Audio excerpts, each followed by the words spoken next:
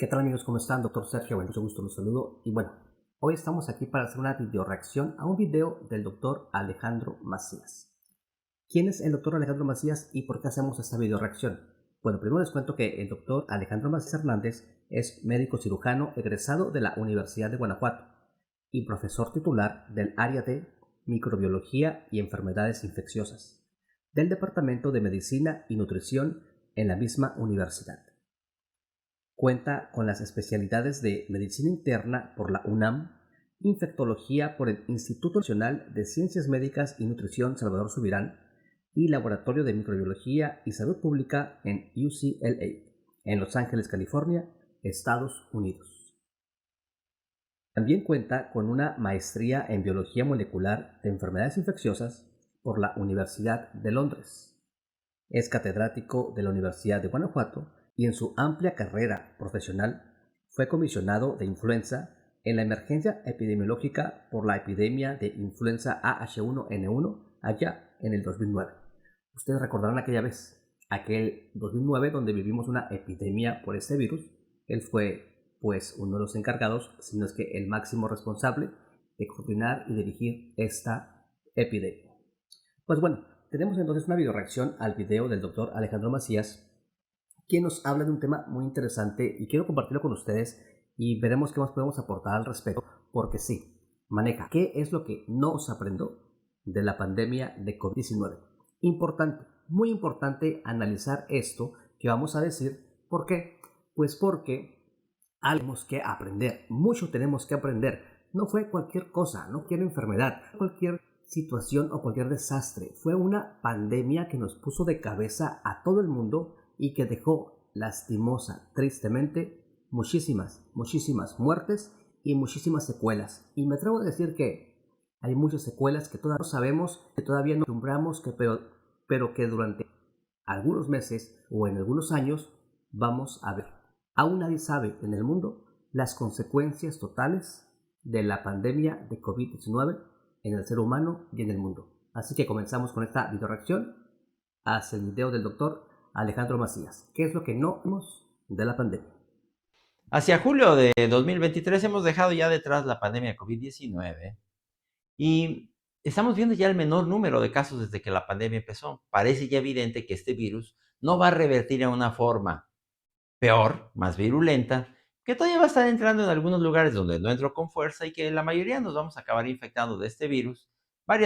Aquí quiero mencionar algo importante. Él dice, pareciera que ya no vamos a tener un virus más fuerte, más agresivo, más letal. Bueno, en un comienzo o durante cierta transición de la pandemia y a lo largo de la pandemia más bien, sí nos vimos muchas veces los médicos con todo el temor y la preocupación y la ocupación de pensar, de creer en la posibilidad, porque realmente existía, y aunque hoy remotamente, pero sigue existiendo, esa posibilidad de tener un virus mucho más virulento, mucho más agresivo. O sea, un virus que tenga mayor capacidad de infectar a la gente, mayor capacidad de complicar a los pacientes, mayor capacidad de matar a alguien. Y por supuesto que por tanto contagio que había y por tanta oportunidad que tenía el virus, digamos, de estar de persona en persona, pues mayor riesgo de mutación para él. Y en esas mutaciones temíamos mucho de que se nos presentara pues una mutación, una variante nueva que fuera mucho más agresiva y que diera a traste con todo lo que hayamos logrado. Por ejemplo, que diera para atrás la vacunación que ya comenzaba SIVA. Es decir, que tuviéramos una variante tan agresiva, tan fuerte, que ni las mismas vacunas que ya teníamos en su momento fueran capaces pues de ayudar no a evitar el contagio, porque el objetivo de las vacunas nunca ha sido hasta el momento evitar el contagio, sino más bien disminuir la mortalidad de las personas. Y teníamos mucho miedo de enfrentarnos a un virus más agresivo, más fuerte, y que realmente las vacunas fueran inocuas para él y que no funcionaran contra ese virus y siguiera causando muertes y muertes y muertes. Así que en su momento sí teníamos ese miedo y todo parece indicar de que ya es menos probable, muy poco probable que tengamos un virus de COVID-19 más agresivo. No es imposible, no es totalmente imposible. Así que sí tenemos que seguir luchando para que el virus se transmita lo menos posible y así le demos menos oportunidad de que siga mutando. Sin embargo, esto sí era gran preocupación. ¿Y por qué pensamos que es poco probable que el virus se vuelva más agresivo? Porque tenemos varios meses, suficientes semanas en los cuales no se ha manifestado de tal manera. Y el número de contagios se ha pues comportado mucho más y sobre todo el número de enfermedades graves y de muertes ha bajado gracias pues a dos cosas, a la vacunación y a la inmunidad que ya tenemos contra el virus. Veces en el futuro, porque el virus no se va a ir, va a formar parte ya del repertorio de los virus que siempre nos infectan. Pero eso nos debe dejar también una lección. La pandemia nos trató demasiado mal. Algunos países como México pagamos una factura muy alta. Sabemos mucho que el virus no se va a ir. Eso lo sabemos todos. El virus llegó para quedarse. Es una frase célebre que se dice por todos lados. Mi pregunta es, número uno, si el virus llegó para quedarse, entonces, ¿qué tenemos que hacer para aprender nosotros a vivir con él? Esa es la pregunta clave y más importante. ¿Qué tenemos que aprender para vivir con él? Si el virus se queda y no se va, aprendamos entonces a vivir con él. Y hay que decir que también pagamos la factura muy alta porque no aprendimos las lecciones del pasado. Ya hemos... Bueno, sí, el virus o la pandemia en México nos destrozó y nos todo. Eso es indudable, por supuesto que sí. Realmente nos fue muy mal como país. Esta nos destrozó, nos aniquiló y nos demuestra una cosa, que no estábamos preparados, a pesar de que políticamente se decía eso, que estamos listos y preparados. No lo estábamos y lo vamos a ver a continuación a lo largo de esta época, cómo no lo estábamos. Así que era una gran mentira y eso no se vale. Ahora bien, ¿por qué la pandemia nos dio tan fuerte a los mexicanos? ¿Por qué? Por diversos motivos. Uno de ellos es, sí, porque no aprendimos las lecciones pasadas. Claro que sí, es lo básico y lo fundamental. Pero de aquí se desprende que no aprendimos lo suficiente en el sentido también de que somos un país enfermo. México es un país crónico degenerativo. México es un país donde abunda sobrepeso, obesidad, diabetes, enfermedades cardíacas, hipertensión arterial, enfermedades renales crónicas, en fin, una serie de enfermedades que la gente padece o que padecemos y que son muy afines a las consecuencias graves del COVID. O sea, México es un país ya enfermo crónicamente, con un sistema de salud bastante deficiente, bastante lastimado y con un sistema político que también, hay que decirlo, dejó mucho que desear durante esta pandemia. Hemos platicado algunas cosas de esas en videos anteriores, pero me gustaría ahora platicar muy específicamente de que COVID-19, ¿qué es lo que no aprendimos? De hecho, no aprendimos de las pandemias anteriores, pero lo peor es que aquí y ahora, cuando sabemos que eventualmente va a haber alguna otra pandemia, ¿cuándo? No sabemos. Sabemos que falta un día menos. No hemos aplicado las lecciones y ya estamos volviendo a la confianza, al exceso de confianza. Claro, tenemos que volver a vivir como antes, pero no está por demás. Sí. No, a ver, aquí yo creo una cosa importante. No estamos volviendo al exceso de confianza. Ya estamos en el exceso de confianza desde hace 1 año y medio atrás. Desde aquella vez en que dijeron, vamos a partir a la nueva normalidad, cada quien entendió ese mensaje como quiso o como mejor le convenía en su momento. Y justamente cuando, en un momento álgico todavía, dimos traste a todas las medidas sanitarias e hicimos lo que quisimos. O sea, el exceso de confianza existió, no desde ahorita, doctor Alejandro Macías, existió existe desde hace 2 años atrás. Ahora, yo vi mucho durante la pandemia lo siguiente. Vi una bipolaridad increíble. Por un lado teníamos a un grupo de personas que vivieron la pandemia con un exceso de cuidados impresionantes que les generaba no otra cosa más que un incremento de ansiedad, un incremento de angustia, un incremento de insomnio, un incremento de miña, un incremento de depresión, un incremento de miedo, de pavor a enfermarse, a contagiar y a morir, pero de una forma desorbitada y de una forma anormal. Es decir, vi una polaridad porque de un lado estaba la gente que se sobreprotegía hasta el punto de la enfermedad, hasta el punto de lo no sano, y por otro lado vi un grupo de personas totalmente radicales en el cuales no les importaba, no les interesaba, no se cuidaron y tampoco les importaba mucho el hecho de, bueno, si tú te contagias, ok, pero estás contagiando o vas a contagiar a alguien más que sí quiere cuidarse. Y entrábamos en un debate muy interesante porque Por un lado decían, es mi libertad de no cuidarme, de no usar cubrebocas, de no mantener distancia, de no vacunarme, es mi libertad. Por supuesto que es tu libertad.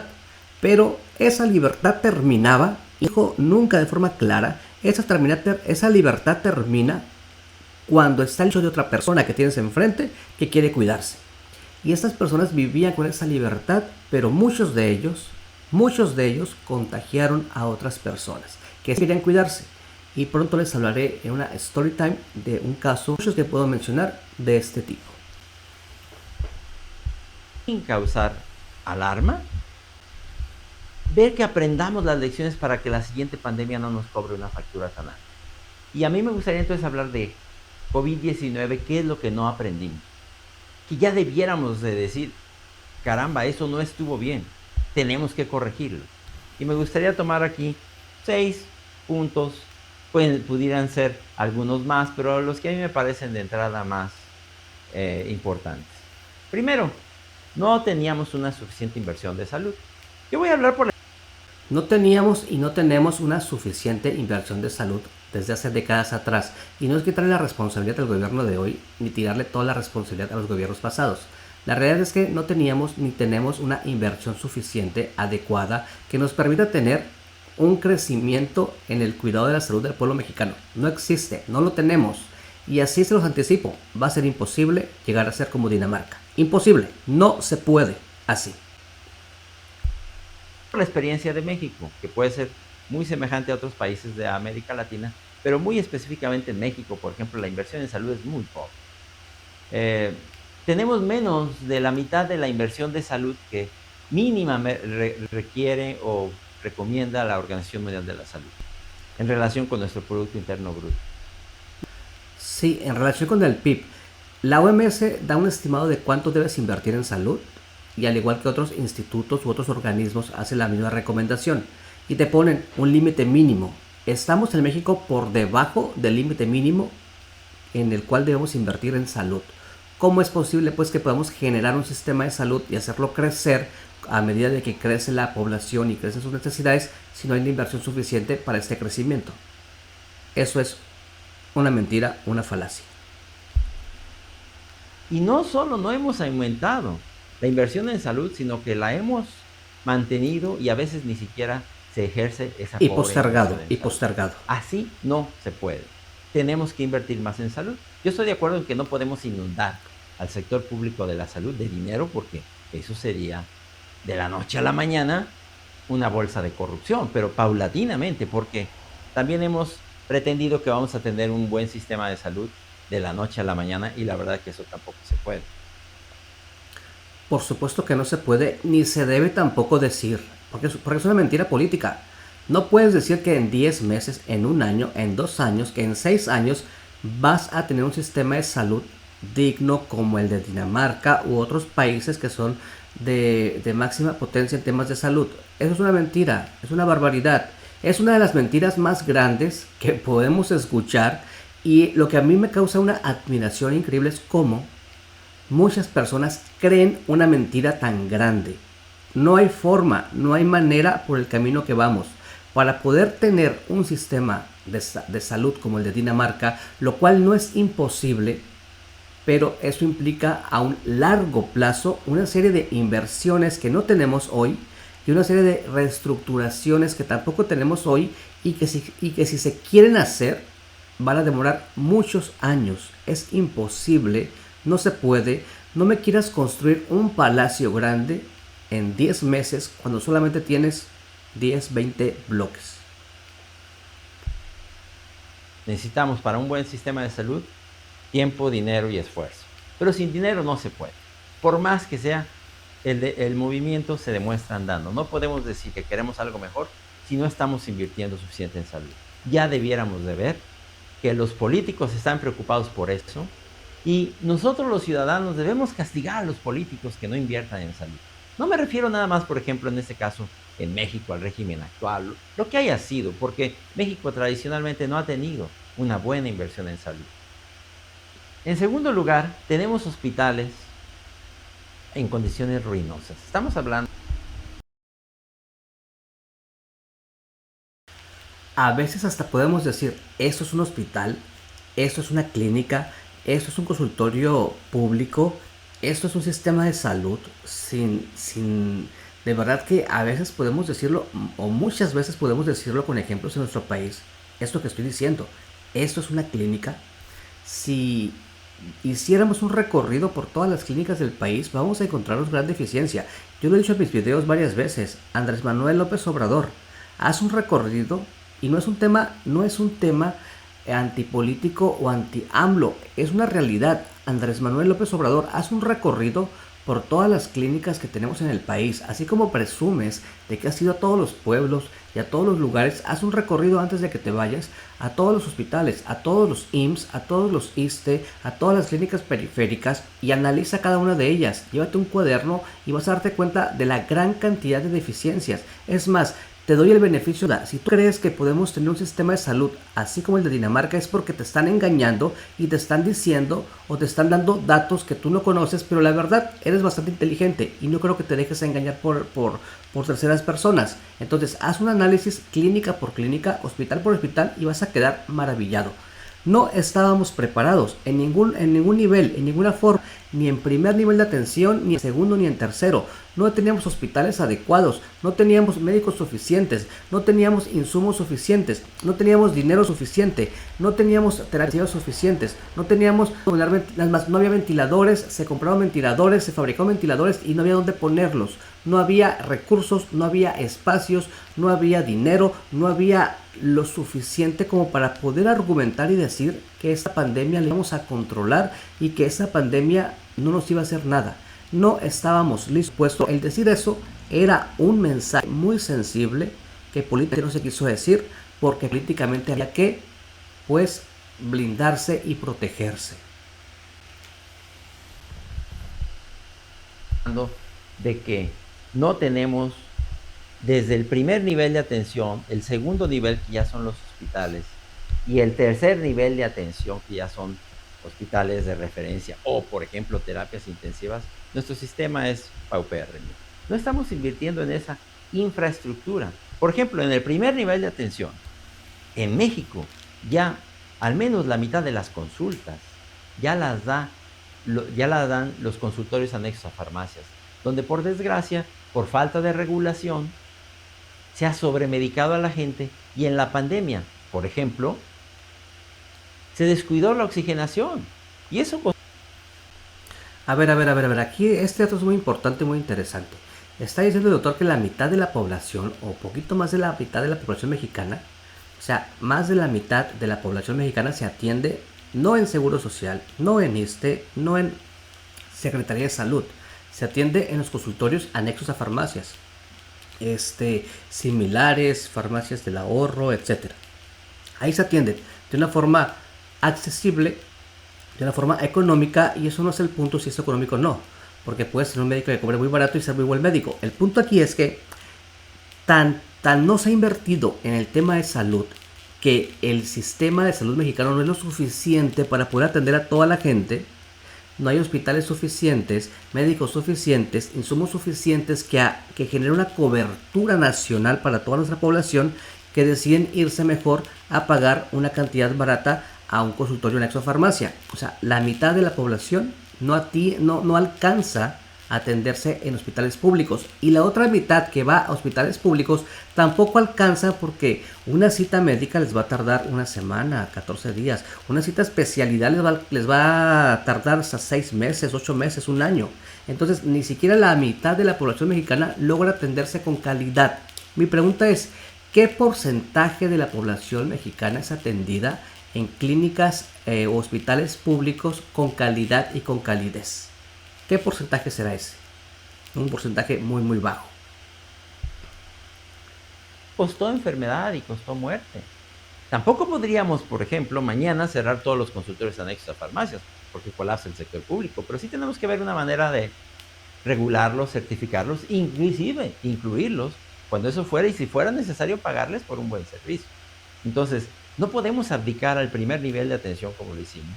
No podemos tampoco dejar abandonados los hospitales como frecuentemente los tenemos, sin infraestructura, sin mantenimiento, sin material adecuado, sin acopio suficiente de material desechable.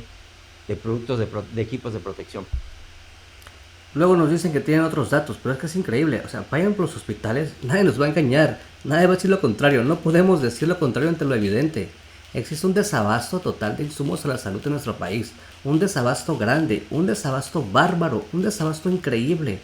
No puedes decir que no faltan medicamentos, no puedes decir, es más, que durante la pandemia no faltaron recursos para proteger al personal de salud, no puedes decir que había suficiente para todos, es una mentira, no lo había, no había en cantidades adecuadas, es más, había ni siquiera lo mínimo adecuado para protegerlos. A México nos fue tan mal, incluso somos de los países con mayor tasa de muerte en los médicos, y en parte es por esto, porque no había un sistema que los protegiera. No había un sistema de salud que protegiera a los propios trabajadores de la salud. Estamos totalmente en un desabasto increíble y lleno de carencias y lleno de vacíos en el sistema público de salud en nuestro país. De personal. Un personal un poco mejor pagado. Porque actualmente el personal de salud, hay que aceptarlo, está muy mal pagado. Así tampoco es atractivo para llenar las plazas públicas de salud. Las unidades de terapia intensiva no tenemos suficientes. Cuando todo esto empezó la pandemia, teníamos en México probablemente menos de 3,000 camas de terapia intensiva. Menos de 3,000 unidades de terapia intensiva en nuestro país. Menos de 3,000. Después quisieron fabricar y remodelar y no había dónde ponerlas. Una unidad de terapia intensiva, de cuidados intensivos, tiene que estar bien ubicada y bien equipada, por supuesto. Si no, no funciona, si no, no sirve. No puedes tener un ventilador en el pasillo de un hospital porque esa persona se iba a morir. Tenías que tener todo bien equipado y no había el equipo suficiente. No existió. De verdad, la pandemia nos quedó demasiado grande por muchos aspectos, entre ellos porque no estábamos listos en el sistema de salud y además, ¿por qué? Pues porque prevalecían los intereses políticos también para cuidar la imagen política y no decir la verdad o realidad de las cosas. No es un tema de hoy, no es un tema de este gobierno, es un tema de gobierno tras gobierno. ¿Por qué? Porque así es el sistema político de este país. 3,000 camas para un país de 127 millones de habitantes. 30 millones de habitantes. No se puede. ¿Qué íbamos a hacer? Se nos llenaron de la noche a la mañana las terapias intensivas. No teníamos suficientes. El gobierno hizo un esfuerzo en comprar ventiladores. No, y además que eso es en el sistema público y en el privado tampoco. Yo conozco pacientes y muchos casos en los cuales buscaban hospitales privados que te iban a cobrar un bono inicial de 150,000 pesos por estar ahí, pero tampoco había espacios. Marcabas y llamabas y no había espacios, no había lugares, no había camas. Realmente se sobresaturó tanto el espacio público como el espacio privado. ¿Y qué creen? No cualquier persona puede acceder a un espacio privado.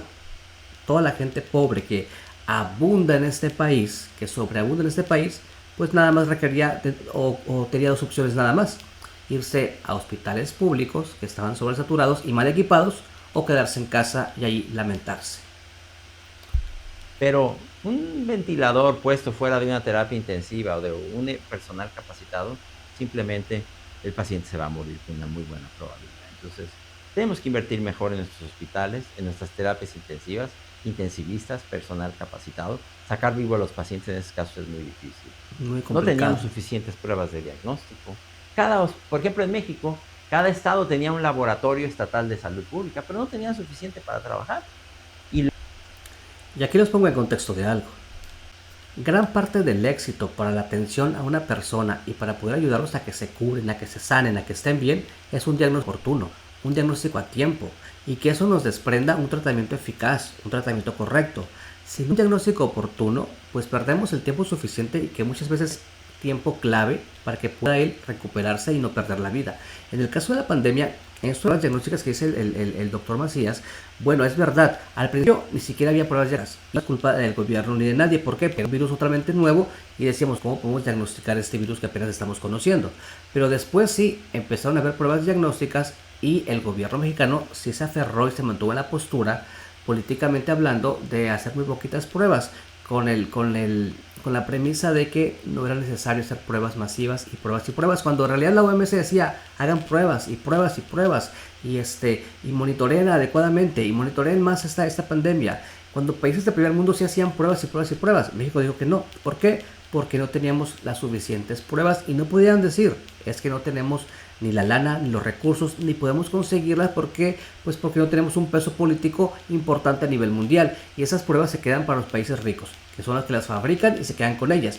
México está muy detrás de los países ricos y países poderosos. Entonces tenemos muy pocas pruebas. Decían, hacemos pocas pruebas. ¿Por qué? Porque no es necesario hacer tantas pruebas. Pero bueno, fue el tema que siempre se manejó y después se comentó que quienes pedían pruebas y pruebas tenían intereses económicos particulares y fue pues la postura también del gobierno. Ahora, el punto aquí es que hacer una prueba diagnóstica de COVID a veces tardaba hasta 14 días, 10 días, 12 días.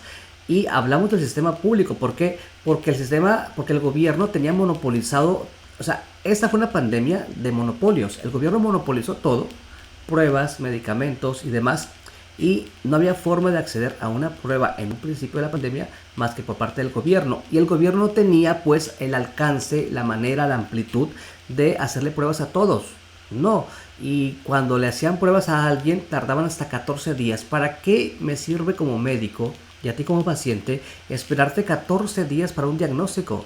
Cuando nos surgía el diagnóstico, ahora, un error grande de las instituciones de este país, un error grande que yo lo vi muchas veces y lo manifiesto y lo vuelvo a decir, era querer hacer el diagnóstico de COVID-19 con una prueba de nariz, cuando en realidad tardar demasiado.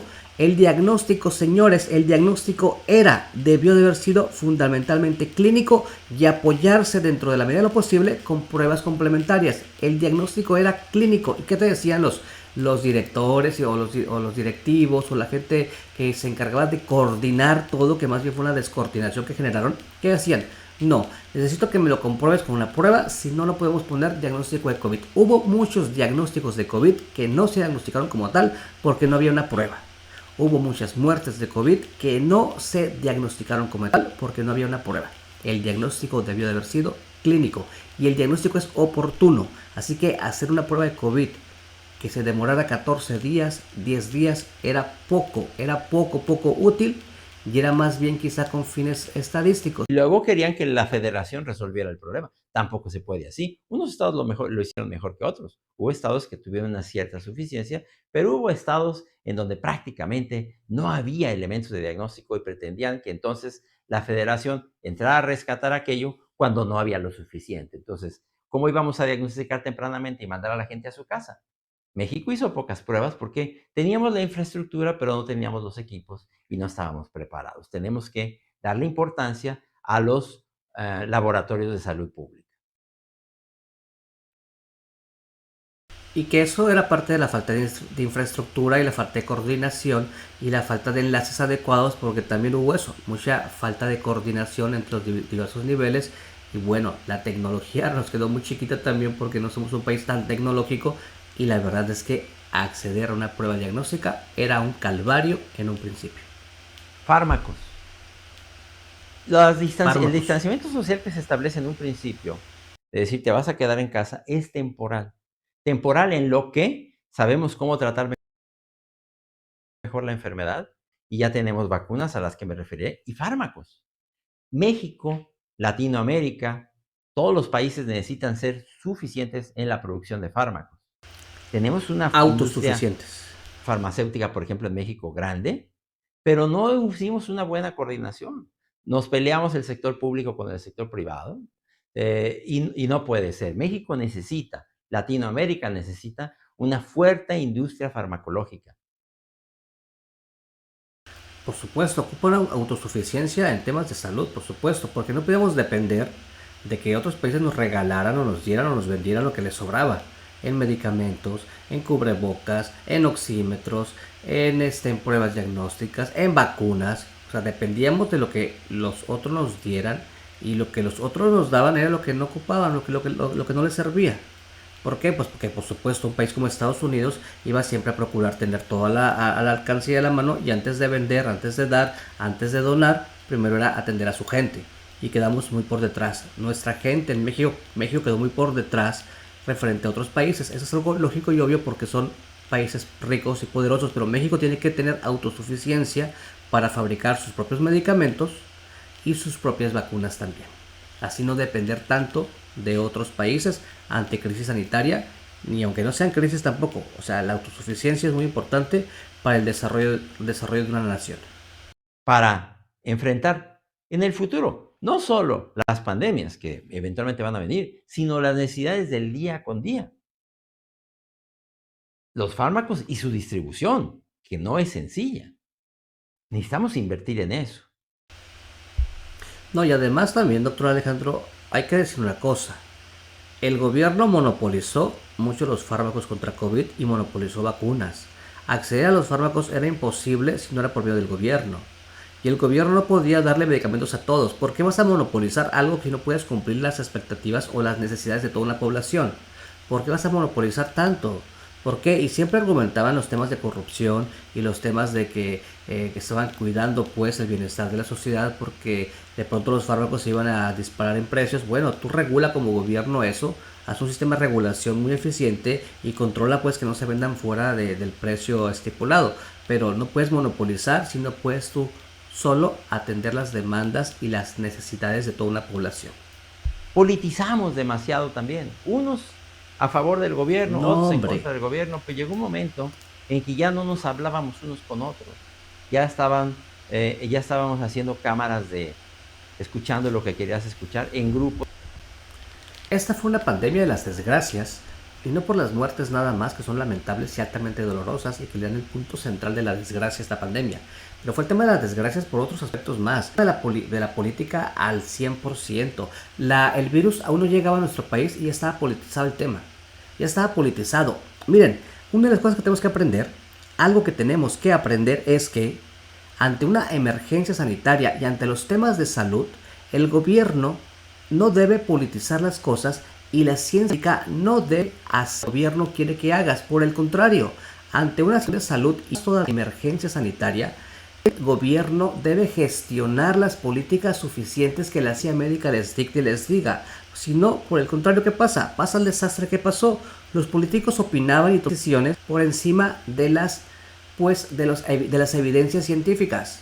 Ahí mirábamos cómo un presidente hacía una cosa, el secretario de salud decía otra cosa, pero no estaba entre la espada y la pared y sabía que la evidencia decía una cosa, el jefe decía otra, y ahí estaba en el medio. Fue una pandemia de los lamentos y de las creencias además, porque los mensajes eran orientados totalmente a cuidar la imagen política. Se politizó totalmente, y no nada más arriba a nivel federal, sino también a nivel de gobernadores y de presidentes municipales y de delegados, donde buscaban también harina para su costal y buscaban sacar un beneficio. Y allá está Dios que juzgue a cada conciencia, a cada persona en el actuar de esta pandemia. Pero sí, la verdad es que fue muy lamentable y se hizo una política, fue una pandemia política. Y no estoy diciendo que fue inventado, no es el tema en el que me estoy metiendo. Es diciendo que la policía se incrustó, se infiltró y se metió hasta la cocina del tema. Y bueno, eso no favoreció al correcto manejo. ¿Por qué? Porque se tomaban decisiones políticas en vez de decisiones médicas, muchas de las veces. Lo que querían decir y caímos en eso, en la falta de comunicación, y se politizó la pandemia. También hay que decir que los políticos creo que no siguieron un principio fundamental de que hay que hacer las cosas en ese momento, en una crisis de salud, de acuerdo a lo que dicta la ciencia. Y no se hizo, yo estimo, lo suficiente para que los dictados de la ciencia se aplicaran políticamente. Por supuesto que no, y ni les interesaba, no les importaba. Que estábamos además divididos. Y ese problema no solo no mejoró con las redes sociales, sino que se ha agudizado. ¿Cuántas Tenemos que hacer imágenes no un vamos a plan. ver en el Y internet de también todo eso que políticos estoy regalando diciendo, cubrebocas tener pero planes tomándose por la foto, escrito. por ejemplo? Necesitamos un mejor sector salud, pero necesitamos también planes por escrito de... Se evidenció. Claro que por supuesto que ocupamos un plan por escrito. No vengas a decirme que vamos a tener un sistema como el Dinamarca en 10 meses sin decirme cómo lo vas a hacer. Házmelo por escrito y explícame manzana por manzana y renglón por renglón cómo le vas a hacer. Pero no me vengas a decir esas cosas. ¿Por qué? Porque mucha gente sí se lo cree. Porque mucha gente vive en la ilusión, en la fantasía, en el sueño o en la esperanza de... Pero la Vacunas. esperanza Hay que decir no también es que, válida y no como sirve si no hay en un hechos momento concretos. comenté, el distanciamiento social que se establece en un principio es algo temporal. No puede uno mantener así años y años o cerrar las Vacunas. escuelas, por ejemplo. Somos seres humanos sociales. Vivimos en sociedad, no somos seres aislados y el aislamiento generó altos índices de depresión y porque iba contra nuestra propia biología y nuestra propia conducta aprendida de vida. Somos seres abiertos, seres sociales, seres en comunicación y más en los tiempos actuales donde están las comunicaciones a todo lo que da, pues se nos restringió y se nos encerró. Entiendo por supuesto que era necesario estar a la distancia y quedarse en casa. Eso yo no tengo ningún tema de discusión sobre eso, pero eran cierres temporales que se prolongaron porque México no tenía un adecuado sistema de salud que permitiera acelerar la transición entre quédate en casa y ya puedes salir de casa. ¿Tardó demasiado el encierro en México? Sí, no por temas totalmente del virus, sino por temas también del manejo de la pandemia y de la falta de recursos y de preparación para esta pandemia en nuestro país. Porque ya vimos que eso también causa daños importantes en el futuro de los educandos. Pero ¿qué vamos a hacer? ¿Qué vamos a hacer? O sea, vemos cómo hubo fue lamentable, fue increíble, fue triste, fue algo impresionante el nivel de daño emocional y social y la regresión que hubo y el retraso que hubo en el desarrollo de habilidades y de aprendizajes en los niños.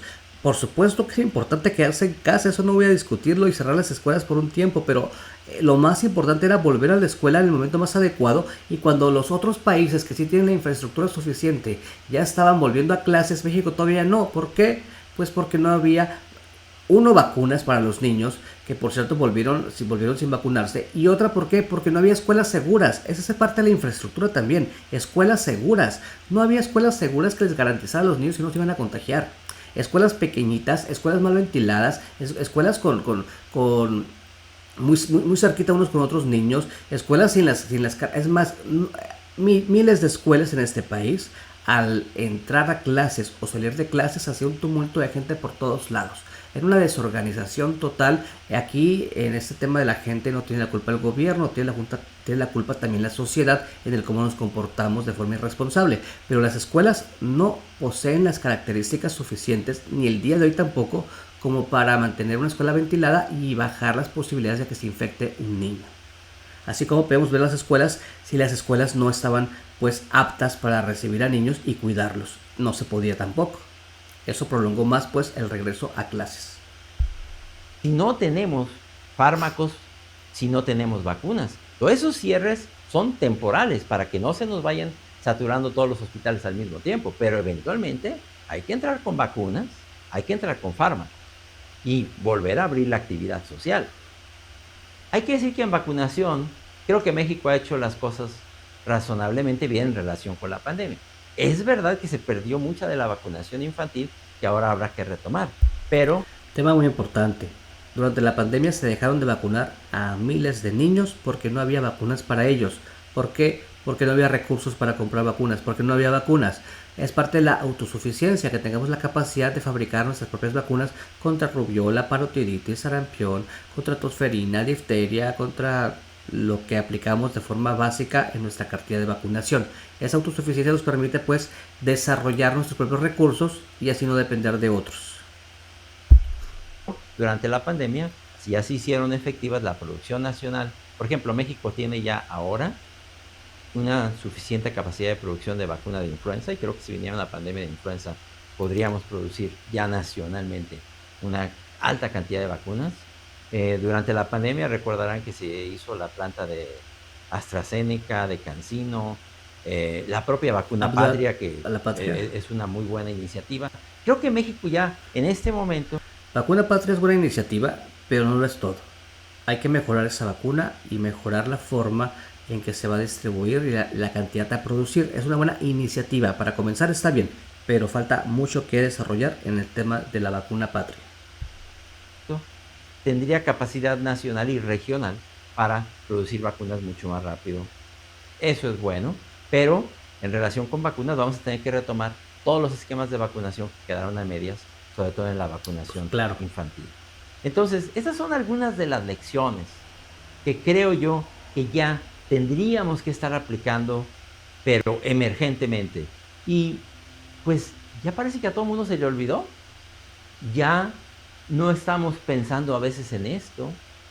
Ya parece que no hubiera pasado nada. Tenemos que entonces, al menos para honrar la memoria de la gente que murió, pensar que tenemos que mejorar la salud pública, estos puntos, algunos otros que no menciono, al menos en honrar la memoria de la gente que murió, para que entendamos que vamos a salir a un mejor sistema, porque la verdad estamos saliendo a lo mismo. Gracias.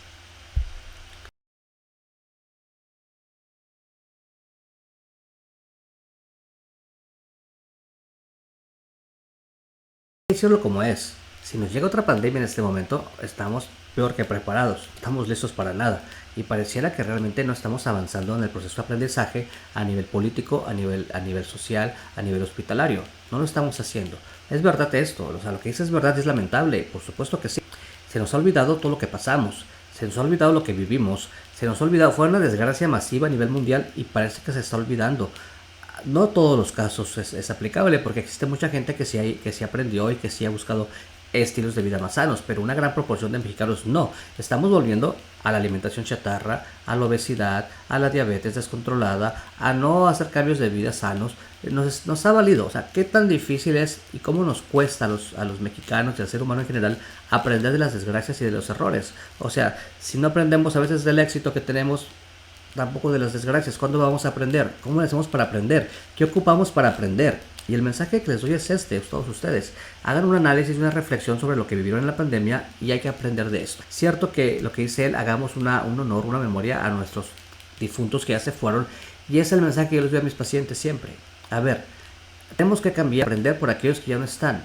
Para aquellos que se fueron de este mundo esperando una solución, esperando una vacuna, esperando un tratamiento y que no lo van a tener, y que no lo tuvieron, y que se fueron sin tenerlo, y que tanto lo deseaban y lo anhelaban. Ahora estamos vivos, estamos aquí, vamos a vivir de tal forma que nos permitamos cuidarnos mejor para estar mejor preparados, porque la realidad es que el gobierno no puede, aunque no lo digan, y no lo van a decir nunca, porque así es el gobierno, no pueden darnos salud, no pueden proporcionar salud, no pueden darnos un sistema de salud adecuado, no les alcanza, no pueden, por temas económicos, por temas de organización, por temas de intereses, por temas de corrupción, porque el gobierno está lleno de corrupción y de intereses desviados. Entonces no pueden darlo y no lo van a dar. No va a haber un sistema de salud, grábenselo, no lo va a haber como Dinamarca, así como estamos, no lo va a haber.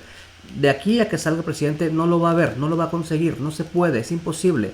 Y después de que vengan otros presidentes, no se va a conseguir si no se cambia de realmente de cómo dirigir a este país en temas de salud. Ahora, tenemos que aprender de ese tema, tenemos que aprender de lo que vivimos, tenemos que aprender verdaderamente de lo que sufrimos y tenemos que darnos cuenta de que la forma en que podemos valorar mejor la vida que aún seguimos teniendo, gracias a Dios, es sabiendo cuidarla. Así que yo agregaría otro punto más en los que mencionó el doctor Macías. En lo que agregó el doctor Macías, yo agregaría otros puntos más. Yo agregaría, por ejemplo, que exista una mejor educación a la gente. El tema de la educación a la población en México está por debajo de los suelos en temas de salud. Está por debajo. No se educó bien a la población. Yo sigo insistiendo con eso. No es lo suficiente tener un programa como La Mañanera y todos los días hablar y hablar y quédate en casa y quédate en casa y quédate en casa. Cuando el mensaje no les llegaba correctamente. Había mucha gente que jamás le llegó el mensaje a su conciencia y no lograron algo fundamental en la educación, que es cambiar el hábito y cambiar la conducta y cambiar el comportamiento. El objetivo de la educación es cambiar el comportamiento para bien de alguien y que le permita vivir mejor. No se logró eso. Tanto no se logró que hubo contagios y hubo muertes. La gente jamás entendió la manera en que se utiliza un cubrebocas, cuándo sí, cuándo no y de qué forma. Fue un contagiadero total de contaminación ambiental de tantos cubrebocas tirados por todos lados que realmente lo protegían. Y sí, López-Gatell dijo una frase muy célebre y profunda que decía: sirve para lo que sirve y no sirve para lo que no sirve, pero realmente no sabíamos utilizarlo. ¿Por qué? Mi pregunta es, ¿por qué los políticos cuando están en campaña, si van casa por casa, llegan hasta el último confín del universo a dar su mensaje y convencer a la gente? Pero aquí no, aquí no hubo un convencimiento de la población, por el contrario, se les dejó la responsabilidad. Cuando el gobierno vio que ya no pudo con el tema, no dijeron no podemos, dijeron háganse responsables ustedes también. Y fue muy sabio porque es verdad. El problema es que tenemos una sociedad que no tiene la capacidad de ser responsable en temas de salud. ¿Por qué? Pues porque el gobierno no les ha dado las herramientas para educarse. en un sistema en el cual la educación depende del gobierno y se educa lo que el gobierno quiere en el que seamos educados, bueno, la población mexicana no está preparada para afrontar responsabilidades tan grandes como cuidar su vida. Entonces no le dejes la responsabilidad a un niño que no sabe cuidarse. Así que fue una irresponsabilidad del gobierno en ese aspecto, me parece a mí, dejarle la responsabilidad a su gente que no sabía ni qué hacer. Entonces, bueno, y otro tema importante también es que vimos un hueco muy grande y una brecha enorme y un vacío enorme y un agujero negro enorme entre los directivos médicos o los directivos o administrativos y la gente que operaba. Es decir, el que estaba detrás de una oficina muy blindado en un escritorio que daba órdenes y que no conocía el terreno de la batalla o el terreno de juego, daba indicaciones que no eran aptas y que no eran funcionales, y jamás separaron los directivos. Digo, no lo digo por todos, pero sí muchísimos jamás separaron los directivos con sus trabajadores para decirles: a ver, compañeros, ¿cómo le hacemos? ¿Cómo nos organizamos? Porque queremos estar bien todos nosotros. Vamos a ser equipo. Y si tú, directivo, jamás estuviste de forma directa con tus trabajadores, de forma directa comunicándote con ellos directamente, haciendo mesas de diálogo con ellos directamente, fuiste un muy mal directivo y en tu conciencia va. Y de eso abundaron muchísimos en esta pandemia.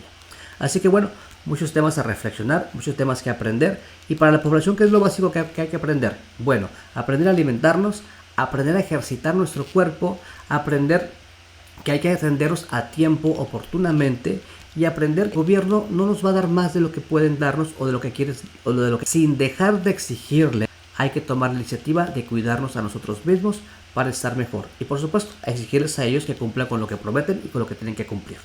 Doctor Sergio Beltrán haciendo una video reacción al video del Dr. Macías. Nos vemos pronto con más temas de salud para todos ustedes.